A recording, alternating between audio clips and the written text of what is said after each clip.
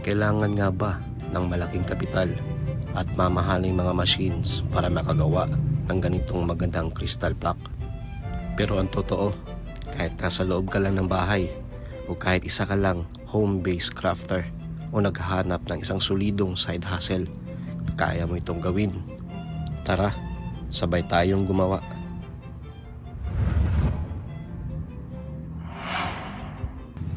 Unang araw ng linggo, Lunes, nasa bahay lang. Kaya ito, sinimulan ko ng i-unbox yung mga supply natin. Nung nakaraang Biyernes, may nag-message sa akin, "Bro, may project ako. Kaya bang gawin at matapos ngayong Tuesday?" Akala ko kaunti lang, pero 2 box pala. Pero G pa rin, good problem. Iniisa-isa ko munang tiningnan yung loob ng box para masiguradong walang damage ang ating materials. Pinakaunang proseso bago tayo mag-proceed.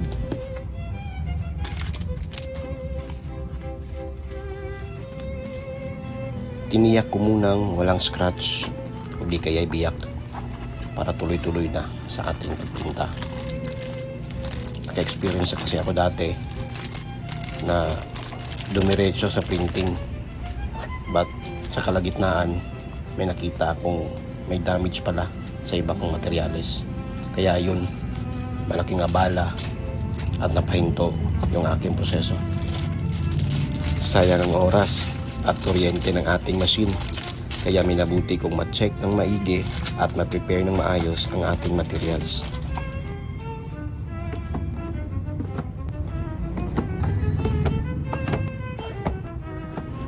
Kailangan talaga ng mahabang pasensya sa ganitong uri ng trabaho. Kung gusto mong madaliin, kailangan mong magdahan-dahan.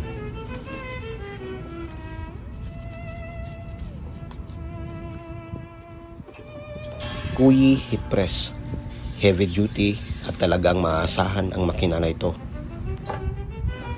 Kailangan din natin ng thermal foam para maglagay ng play at mag-support paglagyan na natin ng pressure yung ating crystal block. Dito, kailangan natin i-set up ang tamang pressure. Hindi masyadong masikip para iwas basag at hindi rin masyadong maluwag para iwas ghosting or shadow. Oo, mararamdaman mo sa iyong palad kung tama na ba ang ating higpit. Naalala ko lang bigla, pag di mo sinigurado ang proper na setup, ganito ang nangyari sa aking project noon. Ghosting, tsaka may shadow, at talagang hindi kaaya-ayang ibigay sa ating mga kliyente. Bakit? Para hindi masira ang kanilang tiwala at magpapagawa pa sila ulit next time. Malaking bagay din ang tamang settings ng ating oras at saka yung temperature. Pag hindi tugma yung oras mo at saka yung temperature, malamang sa malamang ang resulta ay hilaw. Inantay ko na lang na umabot sa tamang init at sinalang ang una nating block. Gamit ang sublimation print natin sa papel, dahan-dahan kong inaninag ang tamang placement. Matagal ko nang ginagawa to, pero medyo may kaba pa rin kasi dito nagsisimula yung error. Pagkatapos maubos yung timer, agad-agad kong inalis ang plug mula sa print natin sa papel para hindi na mag-smudge.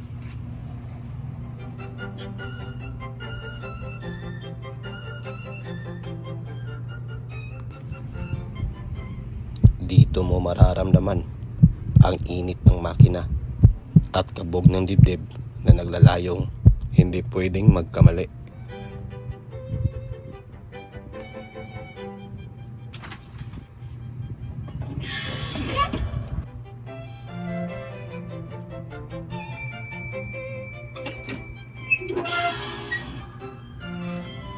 Makakahinga ka ng maluwang at may saya pag nakita mong perpekto ang resulta.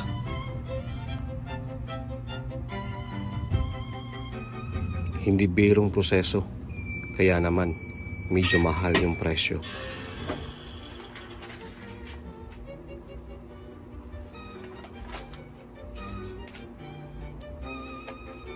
Hayaan mo nang lumamig ng mga ilang oras bago magpatuloy sa pagdugtong at pagdikit.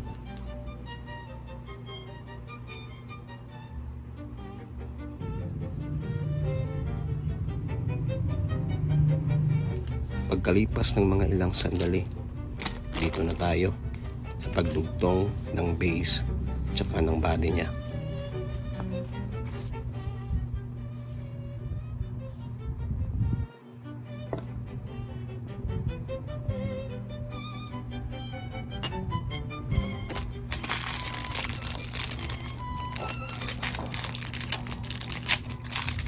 Gamit ang espesyal na pandikit para lang sa proyektong ito. Kasama na ito sa nabili natin ng mga materials. Ihalong mabuti, tsaka pagkatapos mabuksan, agad-agad itong ilagay sa ating base na plaque. Tamang timpla, tamang proporsyon ng dalawang magkaibang chemical para siguradong didikit ng maigi yung body natin.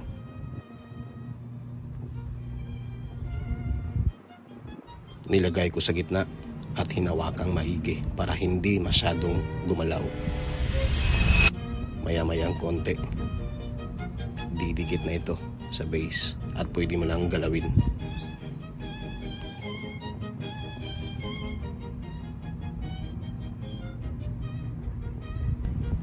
Isang kaibigan ko ang nagtanong, "Bro, bakit may mga pandikit na hindi didikit sa kristal?" Ang sagot, hindi ko rin alam. Basta itong pandikit na ito ay kasali na sa pagbili ko ng materyales. Ang napansin ko lang, pag na-expose ng matagal yung dalawang chemical na ito, ay hindi na siya obra o didikit.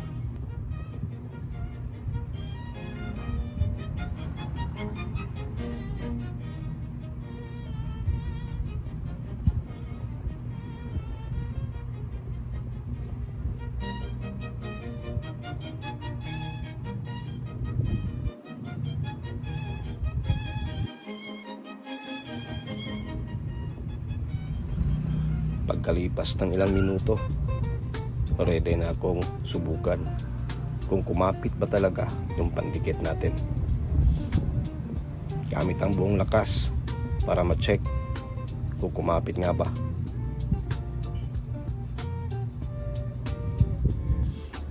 Mabisang mabisa yung ginawa natin. Dahil nakuha ko na ang tamang timpla, tuloy-tuloy na ako sa iba pang plaque.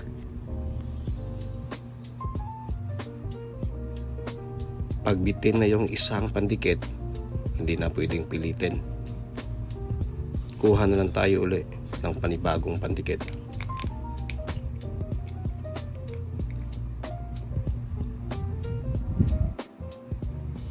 Ang dalawang likido na ito, napansin ko, ay hindi naman dumidikit sa balat ng tao.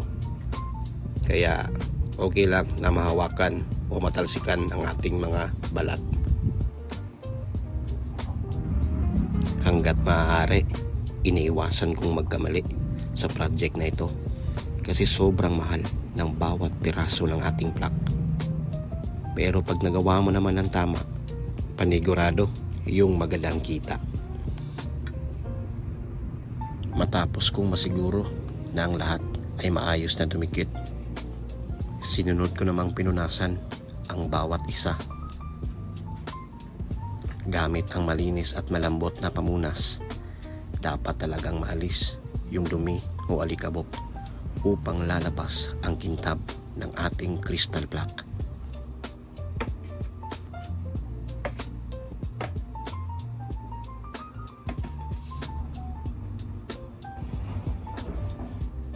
Ito yung maliliit na mga detalye na hindi na nakikita ng ating mga kliyente.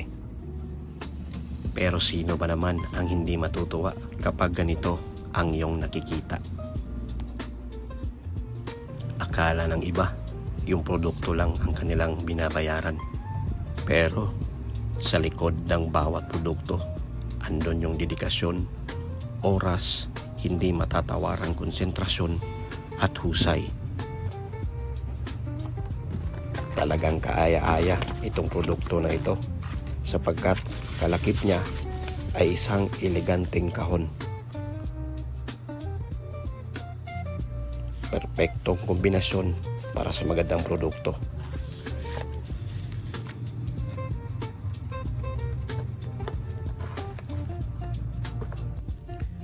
Bawat parangal na natatanggap sa kahit anong larangan ay sumisimbolo ng ating pagkatao. Maliit man o malaki, pinapaalala nito ang husay bilang tao. Tapat na husay para sa tapat na pagkilala. Premium Crystal Plaque. Hanggang sa susunod na kwento, mga kalikha.